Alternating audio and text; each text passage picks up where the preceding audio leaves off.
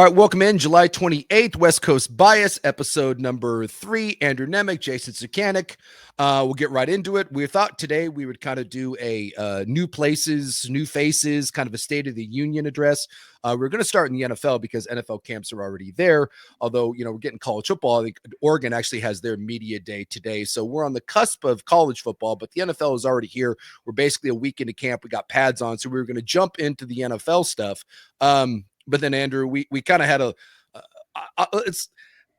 you got to be careful around this because we're dealing with someone's health. But what I thought was one of the strangest press conferences that I've ever seen. And so we got the news last night that Deion Sanders, he had some sort of weird cryptic message about filling out a will. And, there was all these rumors. There was a press conference going on today at 10 o'clock. And by the way, it's still going on right now, but we got the gist of it, and it was going to be him and his medical team. So all these rumors swirling that he was going to step down and what was the health situation he was battling.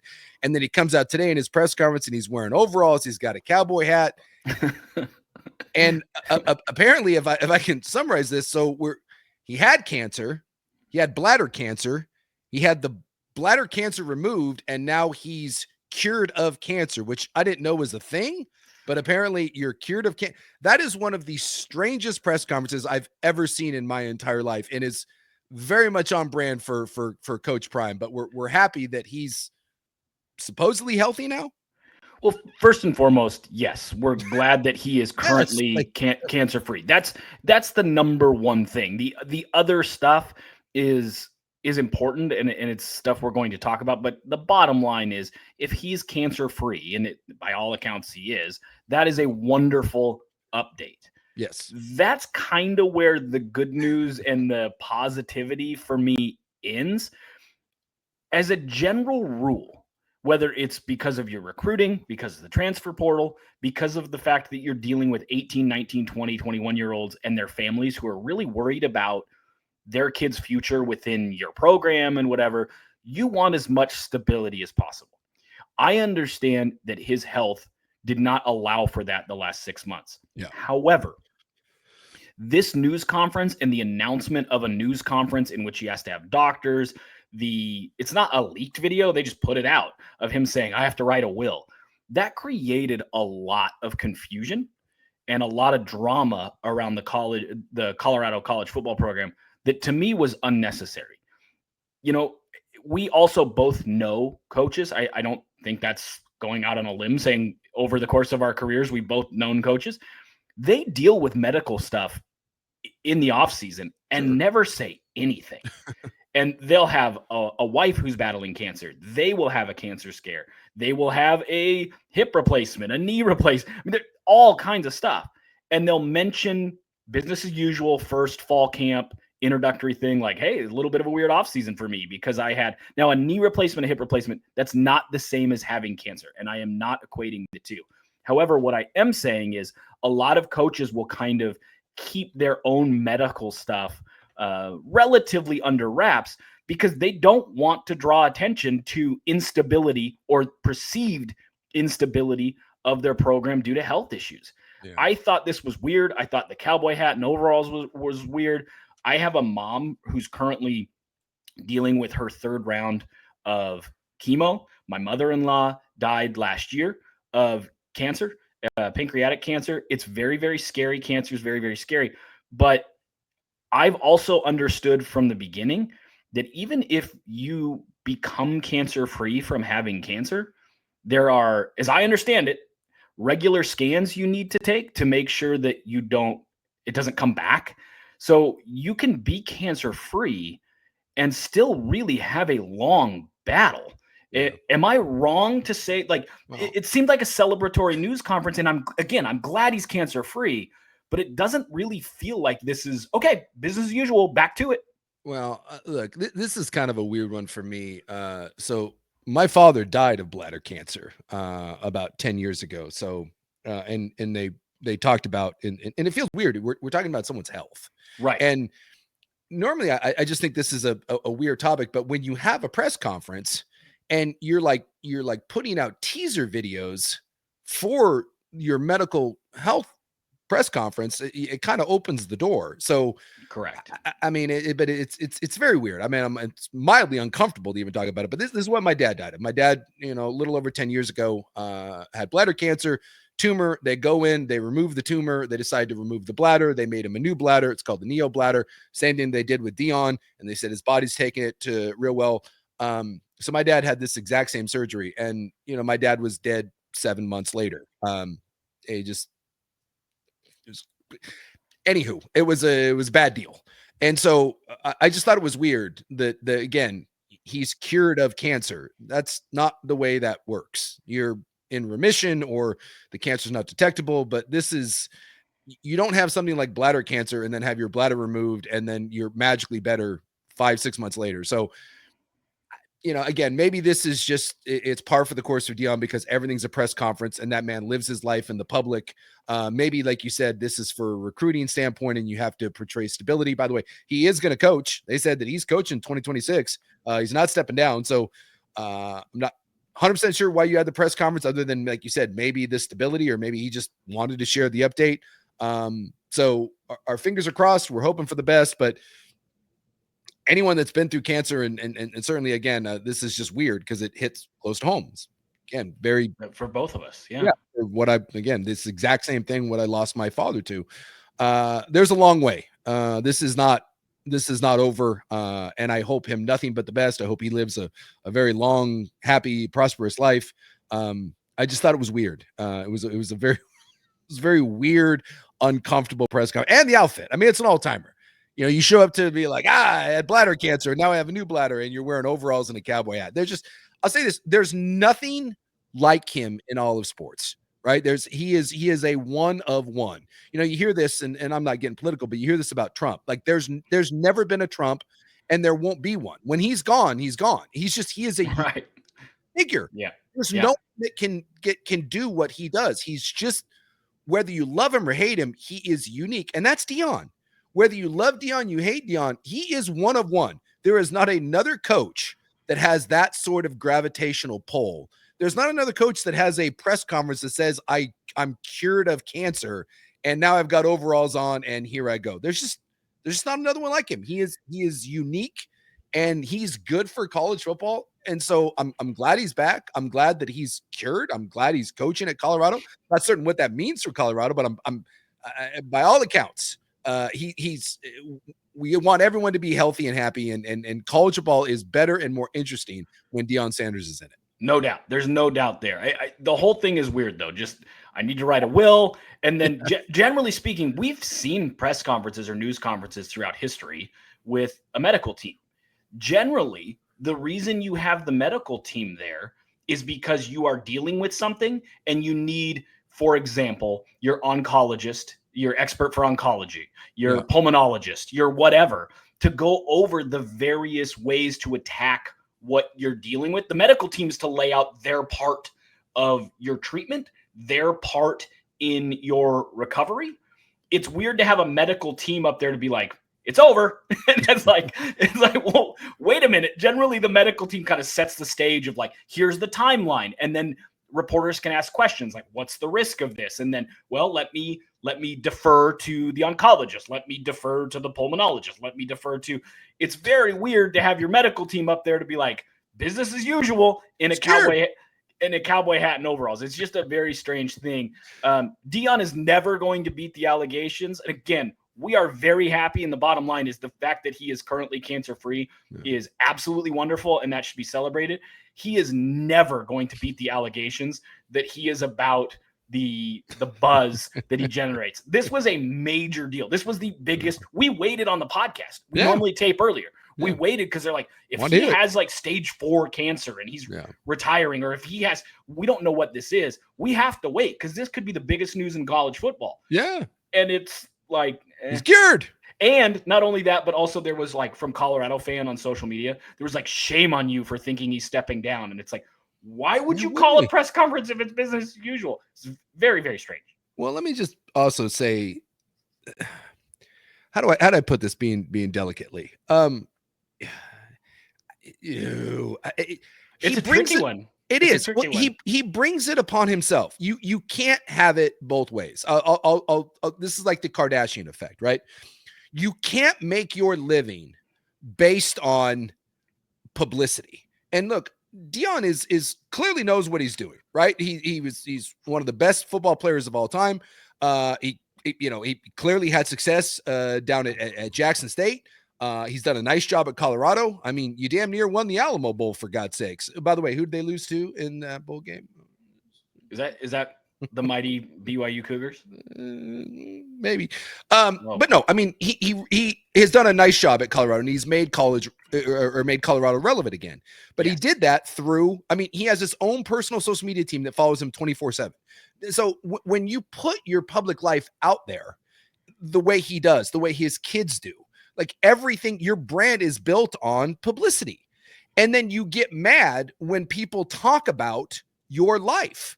You can't have it both ways. If you're a Kardashian and your brand is look at us, and then people look at you and then they talk about what they see, you don't have the right to get mad. It's like every time the guy wins a game, he's like, "Do you believe in me now? How dare you not believe in me?" What do you mean? What do you mean not believe in you? Right? Why would we believe in you? Like you haven't done anything for us to believe. Like it's just this weird kind of world that he lives in where he wants it both ways and you don't get it both ways. And that's the only part about him that I find odd.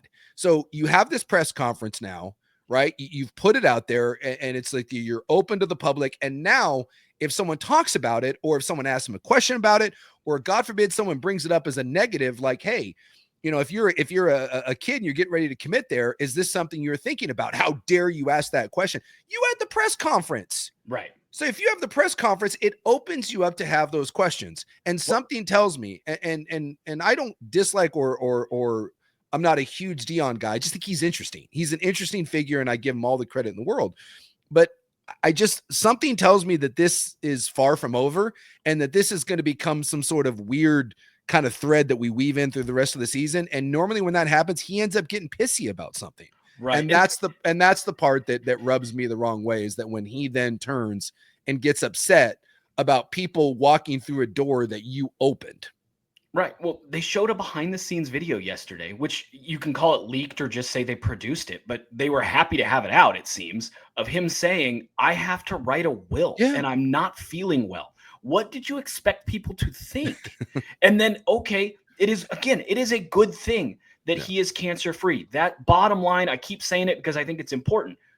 If you're cancer free, why leak a video before saying you had to write a will and your health is seemingly deteriorating? It's just, it's a very weird way to attack it. Cancer-free, you're playing both ways. Well, cancer-free is different than being like, it's just, again, maybe it's just a word, but the fact that a medical doctor said you're cured of cancer, like what?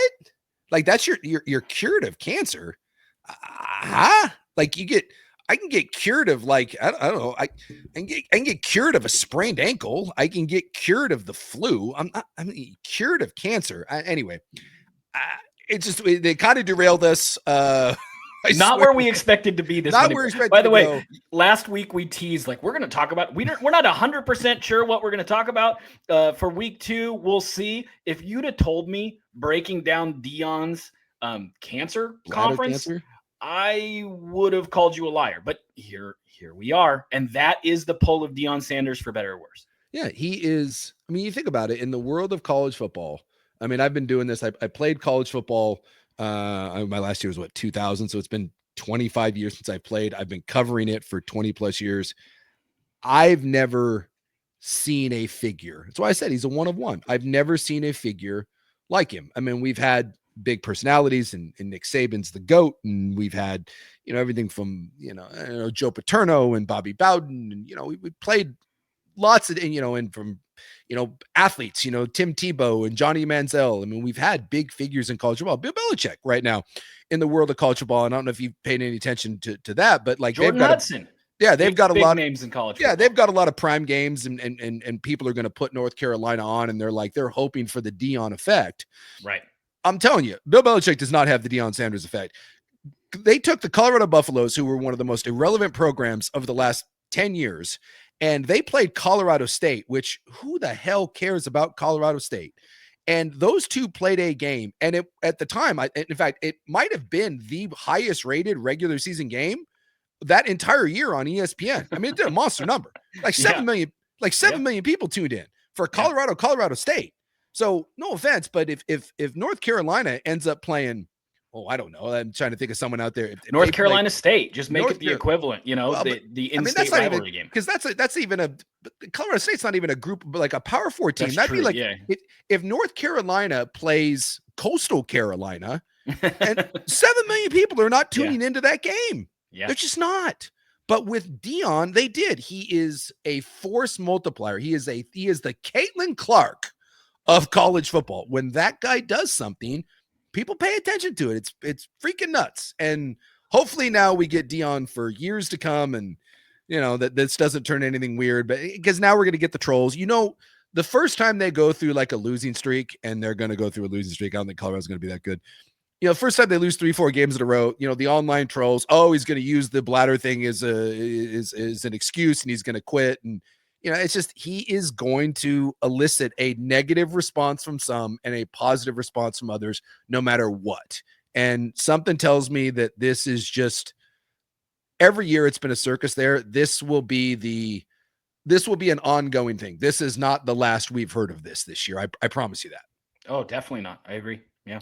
All right, so let's actually jump into, we kind of thought new faces, new places, State of the Union, kind of just like that 30,000-foot overview, because last week we kind of did offensive preview, we did defensive preview, kind of the question marks and the things we knew about each one of these teams, but we kind of thought we'd take just kind of a broader look here now that we're into camp in the NFL, and you're starting to hear some reports coming out of it, and then we'll dip into college a little bit, but I think we'll go a little more heavy NFL today because we actually have some meat on that bone. So do you want to start in San Francisco, or do you want to start up in Seattle? I'm kind of more intrigued by what's going on in Seattle, if we're being honest. Let's talk about Seattle, because, Seattle, when you look through their roster, there's not like a ton of new additions, but the biggest addition that we have, and sometimes addition in the NFL can be the evolution of a player. Sometimes a new addition is the idea of someone going from year 1 to year 2, or that breakout player, and then obviously your rookie class. But obviously the biggest addition in Seattle, and it's not even close, is the most important position in all of football, and that's Sam Darnold. Yeah, and to your point, like new faces, new places, Jackson Smith-Njigba's not new, but he's in a new place entirely on the depth chart. Is. Like he's number one. He's in a different world, and they bring in Cooper Kupp to kind of be the 2 and be some of the underneath stuff. But the offense is going to be determined by the new additions, and it's like the white guy additions: Sam Darnold, Cooper Kupp, and Gray Zabel. That's how we're going to find out if this team and this offense figures it out. I like the pieces they've added in a vacuum. They just have to work together. If in fact Gray Zabel is a really good interior lineman, if the offensive tackles can stay healthy and Sam Darnold has time, I really like Jackson Smith-Njigba and Cooper Kupp together. I think that duo could work, especially when you compare to what they had before, which was an aging Tyler Lockett and a mercurial DK Metcalf. I think this is an upgrade in terms of their pass catchers. The issue is just going to be Sam Darnold, and you can tell that the Seahawks aren't 100% bought in there.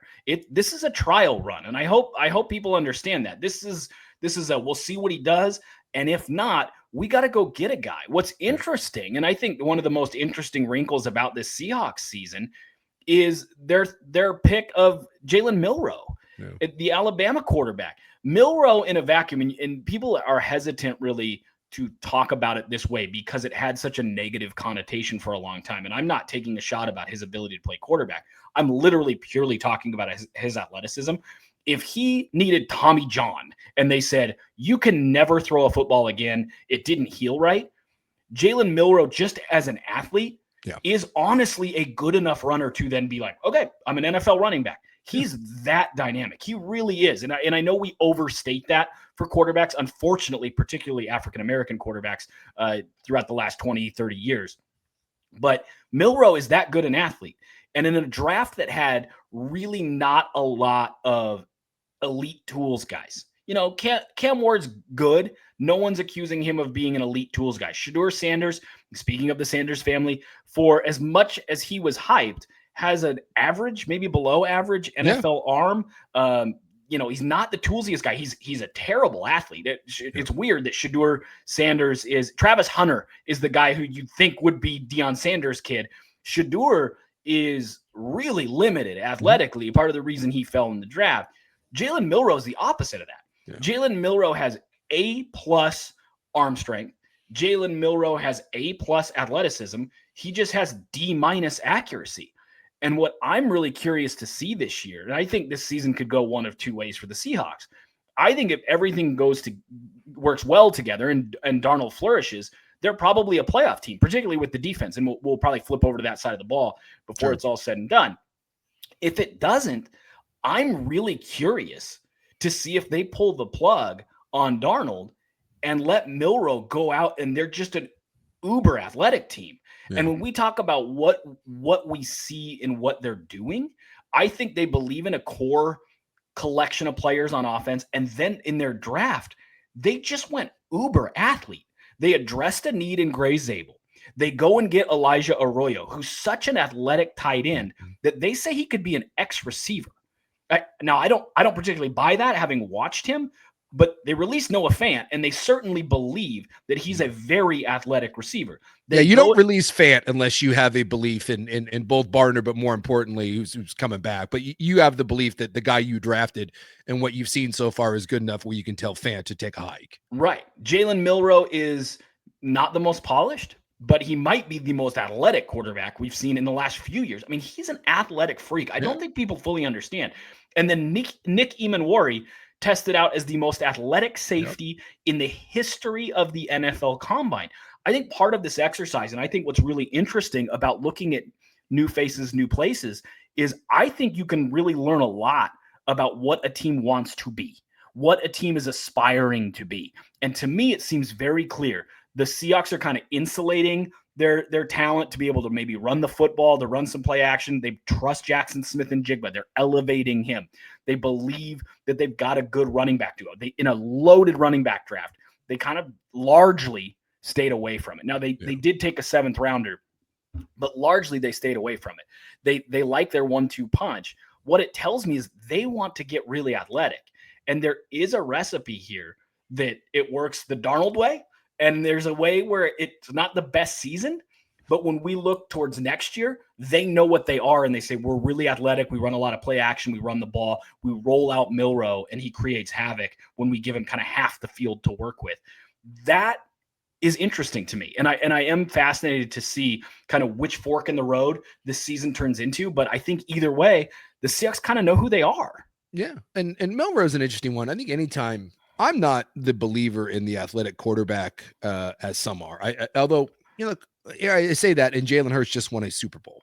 So, and Milroe's a much better athlete than Jalen Hurts. Don't get that confused. Jalen Hurts is kind of a big physical tank, and Jalen Milroe, I mean, God, you put 15 pounds on the guy's a tight end. Just having watched him at Alabama, I just don't think he's a good quarterback right now. And we're always, it's the Anthony Richardson thing, right? Although, Anthony Richardson came in and they threw him right to the dogs. I think Milroe is going to get a chance to sit.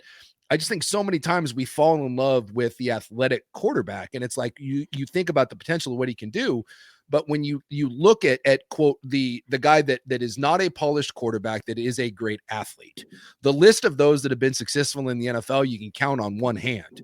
Cam Newton probably being the best of those, and Cam Newton was one of the best college football players I've ever seen. Jalen Milroe was not.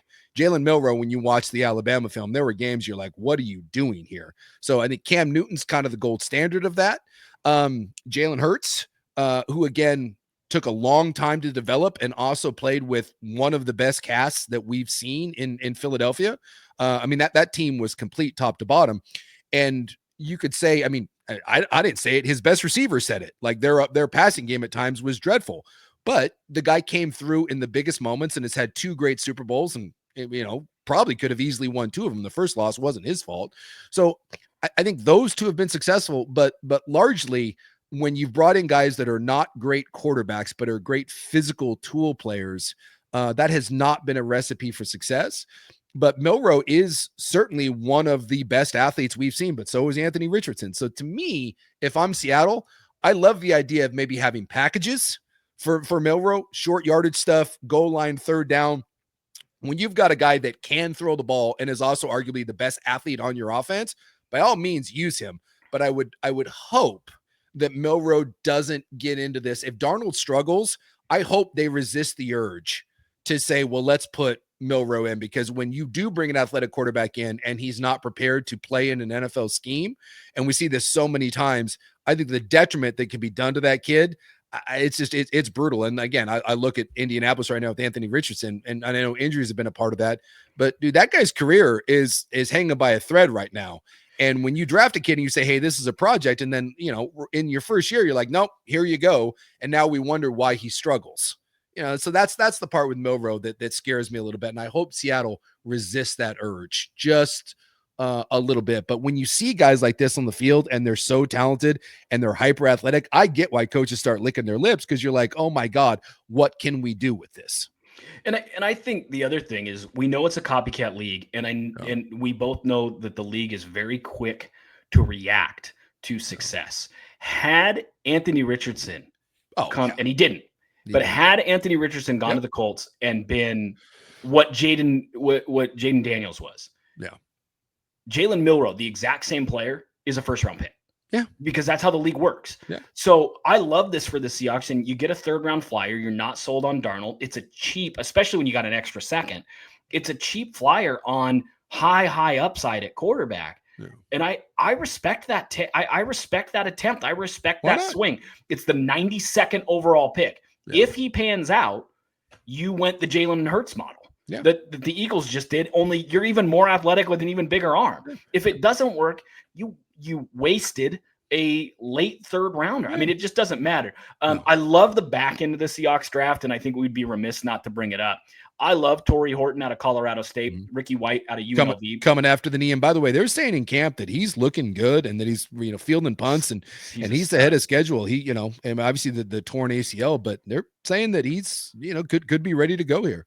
So when you lose two receivers, and I know you think, okay, well, we've got Cooper Kupp and Jackson. And I'll tell you, I don't love Cooper Kupp simply. Like, if there's one thing you know about me, I hate old receivers.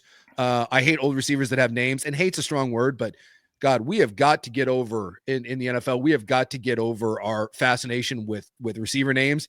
Dude, this guy over the last 3 years has played 9, 12, and 11 games.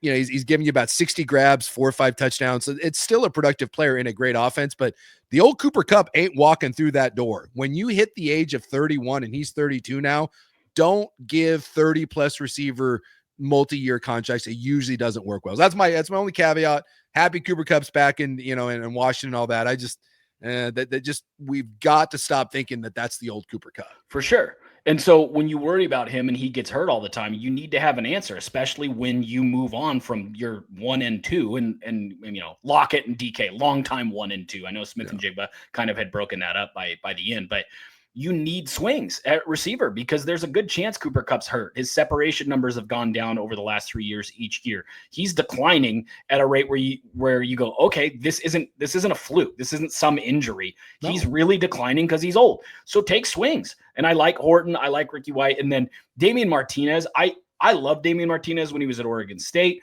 I really liked him when he was at Miami. The fact that they got him in the 7th round, if you'd have told me, if you'd have just said, okay, they got Damian Martinez at pick 92, I would have thought that was a little bit of a reach, but not terrible. And it's like, okay, now they have 3 really good running backs. The fact that they got him as late as they did, Damian Martinez is a good running back. He's limited in terms of his ability as a receiver. Yeah. He's not the best at that. There's some issues there. He's not the best at picking up a blitz, but if you just need a running back on 1st and 2nd down to get 4 or 5, 6 yards, he's that guy. And I love that as a 7th round pick. So I love what the Seahawks did. They went uber athletic. They set themselves up to take one of 2 paths. And if Darnold doesn't work out, you have the flyer on Milroe. If that doesn't work out, you have draft capital to go get your guy next year. Multiple years in a row now, I've liked the Seahawks drafts. Multiple years in a row, I've understood their thinking. And I think this fell right in line. They went uber high-end athlete. They bolstered their defense. They added some key pieces on offense through the draft. And this looks like a team that has the core together. And if the side, the side pieces, if those sides deliver, if the Darnolds deliver, if Byron Murphy steps up and is a legit like Pro Bowl caliber defensive lineman, they could really excel. Yeah, and also too with Martinez, McIntosh, the third back for Seattle, he's done for the year, tore his knee. So Martinez as that 7th round pick, when you're drafted in the 5th, 6th, 7th round, there ain't no guarantee you're making the team. Right. Just flat out. But with that knee injury, like you don't want anyone to get hurt, but Martinez should be a guy now that gets more opportunities to not just be a practice squad guy. And look, there is an injury history there with their 2 backs, and I think they both like their backs, but with Kenneth Walker and with Zach, I mean, both of those guys have been nicked up a little bit, and this is a team with Kubiak coming in. They are going to run the ball. Yep. You do not want Sam Darnold throwing the ball 45 times a game. You do not want him taking 7-step drops and slinging it back there. This will be a play action wide zone run team. So I do think that for you Oregon State / Miami fans out there, I don't know if Beaver fans liking Damian Martinez anymore, but Martinez is a favorite. Martinez is a guy that should be able to kind of get in there and mix it a little bit and a bit. And then on the defense side of the ball, I'm not certain how many new faces there are in Seattle. I think this is more about kind of development. One, I think Seattle is happy with where their defense was, especially in the second half of the year when Ernest Jones really came in. And we found out, too, that he was playing last year with a bum knee. He's saying now in camp, now that he had a knee cleanup procedure. So go in there, maybe clean up the meniscus, clean out some sort of bone spur. He just said knee debridement. He's saying he's feeling more explosive. So I think for the Seattle defense, there's not a lot of necessarily new starters. There may be some new depth coming in, but I think for Seattle, this is more about just year 2 under Mike McDonald. So this is why I said new faces sometimes in the NFL, and we'll talk about this with the 49ers. I think it's a big one for San Francisco, although they actually have more new bodies. Sometimes it's a player like Tyrese Knight going from who's going to be the other linebacker in the Seattle scheme, or like you mentioned, Byron Murphy, who had an okay rookie season, but I think he had like half a sack. It's more about those guys going from year 1 to 2 or year 2 to 3 to becoming big time players. Not everyone in the NFL steps in right away and is Devon Witherspoon, where you come in and you make a Pro Bowl right away. Sometimes it's kind of that next step. And I think that's where this Seattle defense is looking for. I think it's another year of cooking and incubating. And sometimes it's a good thing that you don't have a bunch of new faces. That leads to continuity. And I think this is, at least for Seattle, I think this is planning on being the strength of this defense. And it was in Baltimore, although they had Lamar Jackson. But when Mike McDonald was running that defense in Baltimore, that wasn't necessarily like big names everywhere. I mean, they led his last year in Baltimore. They led the NFL in sacks, and it wasn't a who's who of defensive players up front. No, it wasn't. I think Murphy hits the gas this year. I think you're going to see a breakout season, and I think he's going to be a star. I do. I think he's going to be really good. Some of the kind of hidden numbers there, the advanced metrics say that he's going to hit the gas. I'm fascinated by what McDonald does with Eamon. That's such a weapon. He's an absolute freak. I'll pull up his numbers, but his combine, you mentioned it, his combine numbers, and he looks like if you were to create someone in a lab to play in the NFL, that's him. Yeah. Well, I saw a tweet yesterday that at practice, he's standing next to Julian Love, and the beat reporter was like, that's not a D lineman celebrating with a safety. That's Eamon. Yeah. And he looks humongous. Yeah, it's DK Metcalf sort of stuff. He's an absolute freak. Then you have you have Reek Woolen back there, who's his 6'4" long corner. You've got a lot of length and size. Devon Witherspoon is one of the best tacklers of any corner in the NFL. Your secondary can do some pretty unique stuff, especially if Eamon can be kind of a Swiss Army knife type of player. I'm fascinated to see what the Seahawks defense produces and what they look like, because I think there are multiple pieces where you could see Ernest Jones, if he stays healthy, having 150 tackle season. It's going to be fascinating to see what they do with their front, because they could register a whole bunch of sacks. They've got real talent there with Leonard Williams and Lawrence now there and Murphy ascending. It's going to be fascinating to see what this defense does. And again, Eamon is just on a whole nother level as an athlete. He is the Jalen Milroe of defense. I mean, they took 2 10 out of 10 athletes, and I love that. Dude, the guy he's over 6'3". He's 6'3" and a quarter. He's 220 plus pounds. He ran a 4.38 electronic time, which means the handheld, he's running the low 4.3s. Oh, and by the way, he popped off a 43-inch standing vertical. That's not this NBA one-step crap. That dude planted both of his feet and went 43 inches. Oh, and by the way, 11 and a half foot standing broad jump, which a lot of people think. I mean, that's like, if you want to know how explosive someone is, that's the measure of explosiveness. Yeah, 11.6 broad jump. And then when you watch him do position drills, I mean, you talk about this all the time. I make fun of you for looking at people's oily hips. But, so much when you watch, I mean, when you watch people, a lot of times, like Taylor Mays was one of these guys. Taylor Mays, the old safety coming out of USC. He looked like Tarzan, played like Jane, because the dude was so stiff. He's just like, he looked like the Incredible Hulk, but he can't move. And that's not the case here. When you watch him run his drills, dude, that guy's got some oily hips to go along with Taylor May's freak size. Yeah, it's gonna be a lot of fun to watch the Seahawks team. I think both sides of the ball every week there are multiple guys you can key in on. Elijah Arroyo might have a big year. I think Jackson Smith and Jigba makes the leap. I'm interested to see what the packages look like with Milrow. I mean, there's a lot with this team that's just really interesting. They're an interesting team regardless of how it shakes. They're going to be one of those teams that, we don't do league pass because so many NFL games are on TV. But Sunday Ticket, there are a lot of folks who, if they're not Seahawks fans, will find themselves tuning into Seahawks games because they're going to play in some really interesting, exciting football games. Yeah, and Shaq Griffin being back, and so much in the NFL is about depth. You need depth in the secondary. So the fact that you've got one of the more explosive rookies we've seen, you've got an old veteran back there, and already a secondary that you really like with a couple. I mean, from Kobe Bryant to Julian Love to Woolen to Witherspoon. I mean, this is a really good secondary. I guess the only question, again, it just goes back, linebacker. If you can get solid linebacking core, I'm excited, even though it's, again, largely the same cast. Now we go down the bay a little bit and we talk about San Francisco. This is not the same team. I mean, there are a lot of new faces, especially on the defensive side of the ball. Offense, maybe not so much. The offense is hopefully just stays healthy.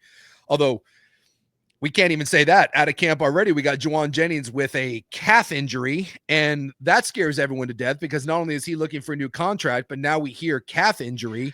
And when you hear calf injury in today's athletic world, we don't think calf, we think Achilles. And so with Ayuk on the PUP list, not being able to go, Ricky Pearsall finally apparently looks somewhat healthy, but I don't think if you're San Francisco, you like hearing early camp calf injury from a guy that you really need in Juwan Jennings to come out and kind of be the guy for you.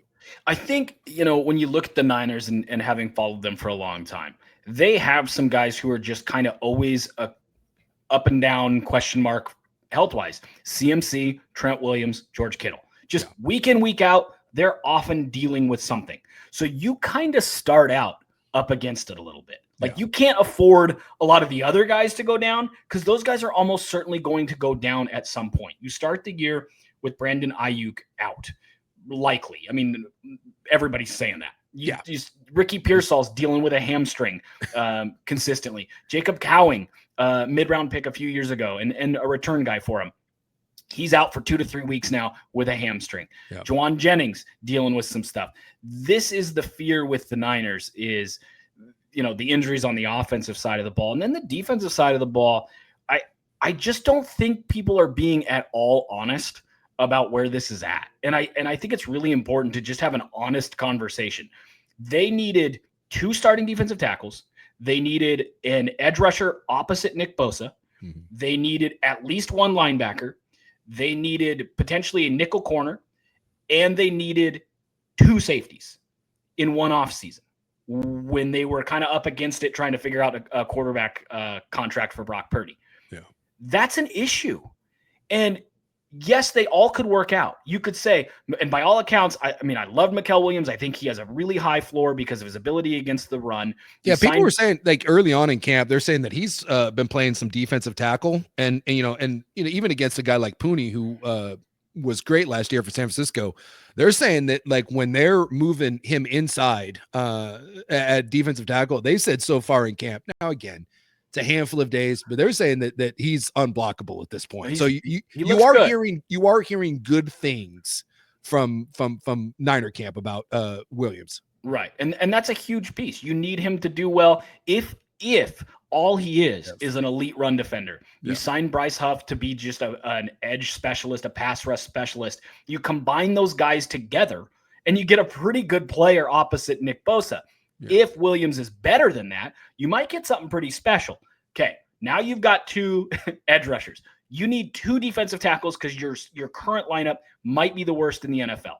So you draft Alfred Collins in the 2nd round out of Texas. You draft CJ West in the 4th round. It might have been 3rd. I think it was 4th. 4th round. Out of Indiana. I like both of those players. I do. I like both of those. I think they fit well together. CJ West is that kind of undersized in terms of height, but he's huge. Difficult to move interior guy. Collins is your big athletic defensive tackle. If only one of those hit, you might have issues stopping the run. Go to linebacker. You got Fred Warner. You did really want Dre Greenlaw to come back, which, now he's out for the year over in Denver. But that does tell you they thought they had a hole at one of those outside linebacker spots. So they draft Nick Martin, who most people projected as a 6th or 7th round pick. And he might start now at outside linebacker. You have Renardo Green from last year who looks great. I know he's dinged up too. And Diamador Lenore. Both those guys are good corners, but you need a nickel. So you draft Upton Stout, who's a really undersized, again, guy who they thought was maybe a 6th or 7th round pick, who you took in the 3rd. And now you have open tryouts essentially where you signed 7 safeties because you're not real sure what you're going to do at safety because Malik Mustafa, your true hit from last year, is starting the year banged up. That's a lot of holes. When you say that, like because you can read all the camp reports and everyone's always rosy about the camp reports, but when you kind of put it that way, it is a little it's a little alarming. You do kind of step back and you're gonna. There's some fairy dust you got to sprinkle on this thing to believe that maybe all these parts are going to work out independent. They might legitimately in nickel need 1, 2, 3, 4, 5, 6 rookies to start. That's wild. That's wild. And listen, I like Robert Saleh, and I think he's going to do a really good job. But if you're looking at this Niner defense and you're just going, oh, well, it's Robert Saleh and they've got Nick Bosa and Fred Warner and they're fine. You're not fully seeing the whole picture. They actually really need, fingers crossed, 3 of their rookies to start along the defensive line. And even if they do, how often, look at Byron Murphy was a 1st round pick. And by all accounts, we think he's going to be good. The underlying metrics were great. He could be a really good player. He was pretty average last year. Just there. I mean, you're talking about a guy, Jaron Reed said that he thinks Byron Murphy's a defensive player of the year type player. And he's you mentioned good. And he was not an impact player for them. He was He just wasn't. And you see it, dude, you see this all the time with rookies. Defensive line is hard, man. It's the difference, and we talk about this, all the time when you and me are always, chatting it up about football, but the difference between being a good defensive lineman in college versus a good offensive or a good defensive lineman in the NFL. I mean, sometimes it just boils down to the people you're playing against, because let's be honest, there's some really bad O-lines in college football. There just is. It's a really hard position to play.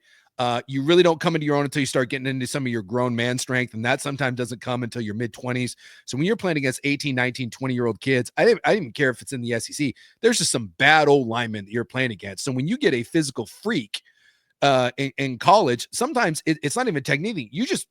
You can literally just toss people aside. And all of a sudden you get to the NFL and there's grown men playing inside. You look at centers and guards, there's some big boys. There ain't no 290-pound left guards in the NFL. Dude, we're 325, we're 330, and we're moving some people. And there ain't no dancing bears like Trent Williams playing in college football. They're just not there. So that's I just think sometimes that's a harder transition than we think. We're like, oh, this guy's a physical freak, and look at him, and oh, it's going to be Aaron Donald. Those guys are the exception. They are not the rule. Plenty of kids come in as a defensive lineman, and it takes them a while to get going. Even really good ones like Aiden Hutchinson, who came in, he's an edge rusher.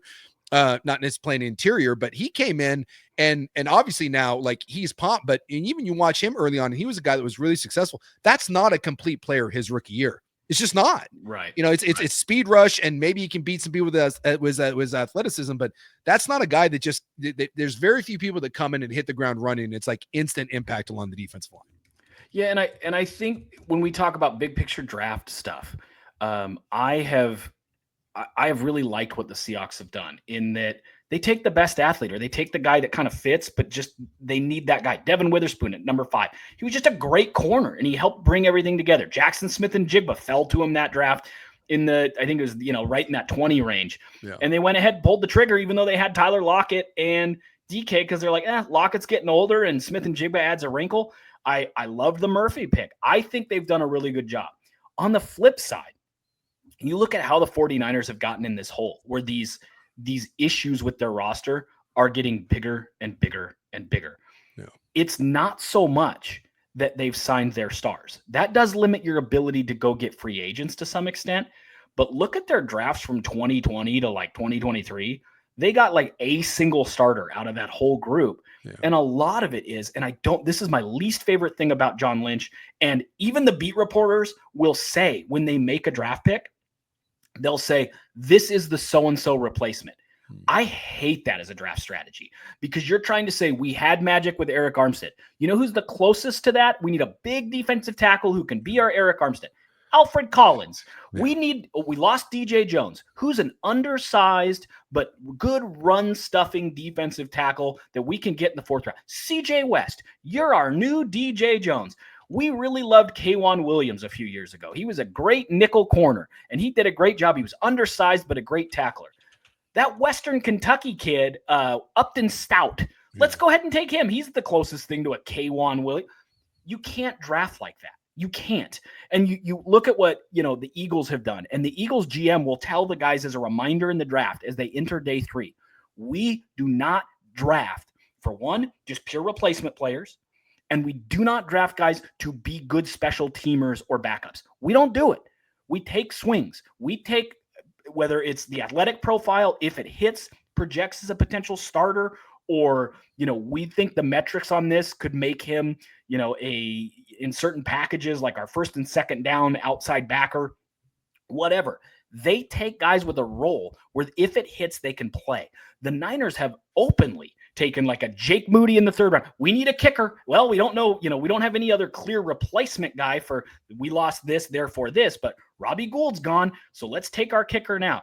In this year's draft, late in the draft, they took a punt returner in the 7th round. Now he's one of the most dynamic punt returners in the history of college football at the FCS level. But I worry about that approach. When you draft a guy to be a guy that was good for you before, instead of just taking best guy available, you run the risk of that guy missing, and now you're scrambling because you didn't get that piece, because you tried to pigeonhole a 20-year-old kid as being this 27-year-old veteran that you don't know how they're going to develop. I've hated that strategy for years. Ricky Pearsall was supposed to be the Debo replacement. They keep doing this, and I hate that philosophy more than anything. It's the only thing about the 49ers that drives me insane. We need an undersized fly around outside linebacker. Let's go get Nick Martin. Well, he's a 7th round value. Yeah, but he's the closest thing to a replacement of a Pro Bowl guy we lost 2 years ago. It's not a good draft strategy. Yeah. Well, and I look at this, you mentioned kind of along that defensive front. If you want to talk about maybe why the downfall of the 49ers, and we'll see what kind of bounce back year they have, but for all the success that Lynch and Shanahan have had, if I wanted to point to something about, besides injuries, because injuries have just been devastating, right? When they're healthy, they've been good. When they're beat up, they're not. And sometimes you can't, that's just luck of the draw.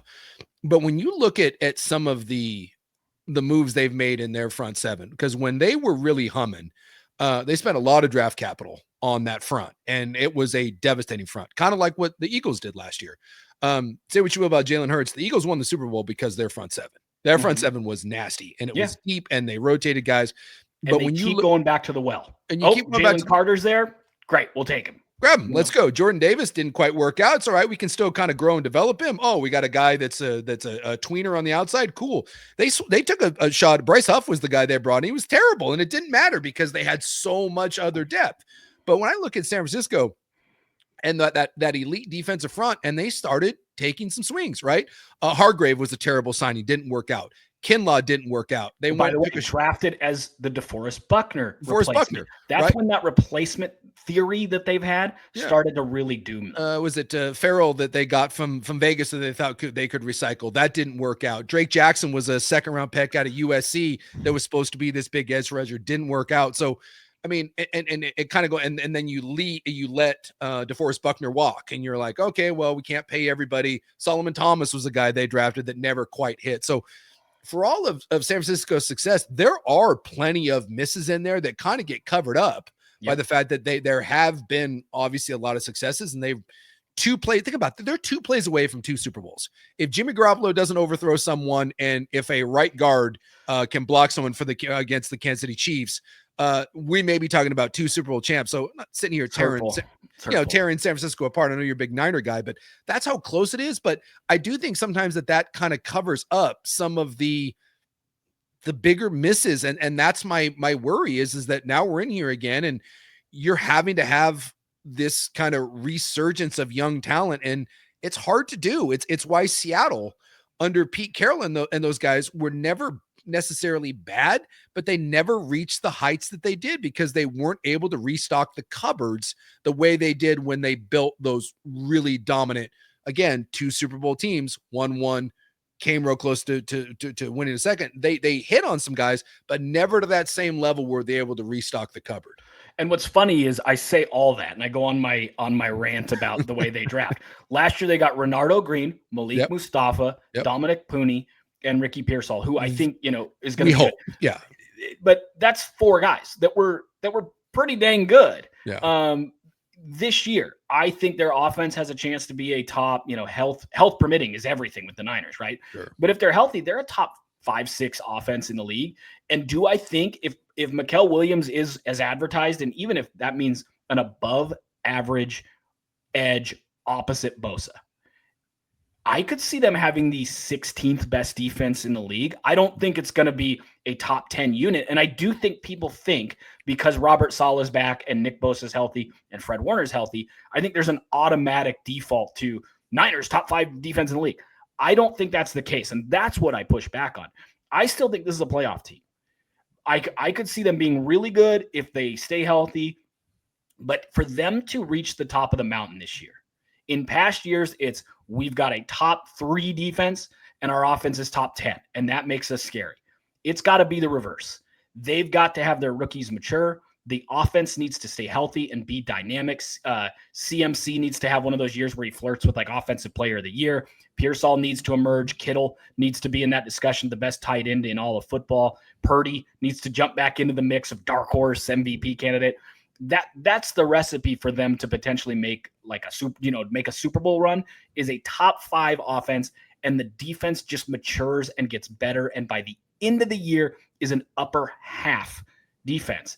This is not going to be one of those years. You just can't rely on 5 or 6 rookies to start on defense and say, oh yeah, we got Robert Saleh and Nick Bosa, we're going to be a top 10 defense. Generally speaking, that's not how that works. That's threading a very, very, a thin needle to try to make that work. But they can still be a playoff team, and I think they probably will be. It's just going to be offense loaded, not defense. And it's a tough division. Dude, the Rams are good. As long as Matthew Stafford's back holds up, and we'll see, the Rams are good. The Rams defense is great. Their defense is ascending. And that's what the Niners need. They need a couple of those drafts like the Rams have had. And a lot of people think Arizona. I'm not a Kyler Murray guy. I'm not a huge believer in it, but Arizona's got a little something down there. I think, and then I think Seattle every year we know they're going to win 9 games and they're going to be on the doorstep. So I think that's going to be a tough division. I think it's one of the more interesting divisions in football because, I mean, I think the Rams are the best team. And after that, I just think there's a lot of question marks. I really do. And so I think this is going to be fascinating. And I think it's going to be a big year for Shanahan because if the health stays put, then because that's always been the excuse, right? When they're not good and they don't make the playoffs, it's because of health. And if they stay healthy, do we see a team that is like the Rams and they're ascending? Or do we see a team that stays healthy and we're like, we're not certain kind of where it's at? So I think one of the more intriguing divisions in football. Can you think of 2 teams who are borderline playoff team to generally considered playoff teams anywhere in the NFL who are going to be as reliant on their rookies hitting as the Seahawks and the Niners. If Gray Zabel's a bust, they're in, and I don't think he will be. I think he's going to be good. Yeah, but if he were, their interior's in trouble. And if their interior's in trouble, Sam Darnold's going to have a rough go. Yep. If Gray Zabel's good and he solidifies that offensive line and they can run the ball and Darnold has time to throw, they're probably a playoff team. Yep. Throw in Nick Emanwari. I mean, Elijah Arroyo, they could be kind of like a fantasy tight end sleeper. So they are sneaky, depending on how their draft picks go, a potential playoff team. On the flip side, I think we all agree it's health on offense and how the rookies perform on defense for the Niners. That's the case a lot of the time for young teams who draft a quarterback. Like the Titans are really relying on Cam Ward. I can't think of teams that are projected to win between 8 and 11 games in the NFL who are going to be more reliant on their rookies. This new faces, new places hits home a little harder for the Seahawks and Niners than almost any team in the NFL that's supposed to contend for a playoff spot. All right. Well, let's do this then, because we got into the Deion stuff and then shocking development. You and me got going and we went deep dive into the NFL. So we're up against it. So we'll put a pin in this. We're going to come back. We'll be back on Friday. We'll actually tape on Thursday, but Friday morning we should have one out and we will do the same thing. We're going to do new faces, new places, and we're going to hit your Ducks. We're going to hit your Huskies, because I think Washington is an interesting one. When we're doing this, I think the Huskies are a very interesting cast here when we talk about new faces, new places, and maybe there's a little bit of a dark horse there. And then don't worry, we'll get to some Beeve stuff as well, because I think it's a big year for Trent Bray. I think they really need to stabilize that program. So we'll do that. Today was obviously NFL heavy, and so we'll do the opposite of that when we come back on Friday, a college heavy edition of new faces, new places, and join us. So click subscribe. We appreciate everyone listening. Spread the word. Tell your friends if you want a little deep dive into football, if you like that West Coast vibe, this is what we're going to give you. And then when there's big stories like the Deion Sanders stuff, we're going to cover that as well. So join us again Friday. We'll be back for another edition of West Coast Bias. Nemec, always appreciate you, and we'll catch up later in the week. Perfect. Thanks, man.